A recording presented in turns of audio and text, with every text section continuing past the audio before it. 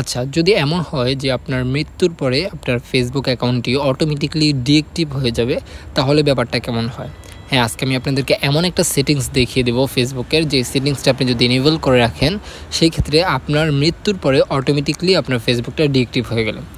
বিষয়টা হাস্যকর মনে হলেও আসলে সত্যি এটাই বাস্তব। ফেসবুক কিন্তু এই ধরনের একটা আপডেট নিয়ে এসেছে। তো সেজন্য আমরা কি করব, আমরা সরাসরি আমাদের যে প্রোফাইলটা রয়েছে, আমাদের প্রোফাইলে যাব। প্রোফাইলে আসার পরে আমরা এখান থেকে 3 ডট অপশানটিতে ক্লিক করব। দেন এখান থেকে আমরা একটা নতুন অপশান খুঁজে পাবো, মেমোরি রেজুলেশন সেটিংস। দেন আমরা এখান থেকে এটাতে ক্লিক করব। দেন আমাদেরকে সরাসরি এখানে নিয়ে আসবে। দেন আমরা এখানে 2টা অপশান পাচ্ছি, এখান থেকে আমরা দিব ডিলেট আফটার দ্যাট। আমরা এই 2 নম্বর অপশানটাকে সিলেক্ট করব। দেন আমরা এখান থেকে নেক্সট অপশানটিতে ক্লিক করব। দেন আমরা এখান থেকে আবারও সব কিছু দেখব। দেখার পরে আমরা এখান থেকে সেভ অপশানে ক্লিক করব। এখন কিন্তু আমার এটা অলরেডি অন হয়ে গেছে। এখন আমার মৃত্যুর পরে এটা অটোমেটিক্যালি ডিএক্টিভ হয়ে যাবে।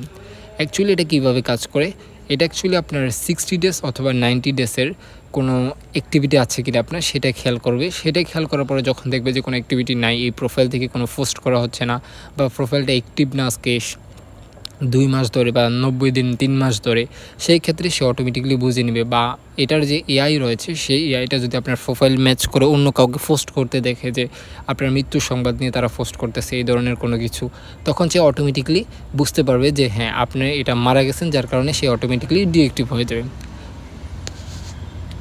বিষয়টা আমার কাছে খুবই ভালো লেগেছে। আপনারা চাইলে এটাকে এনেবল করে রাখতে পারেন।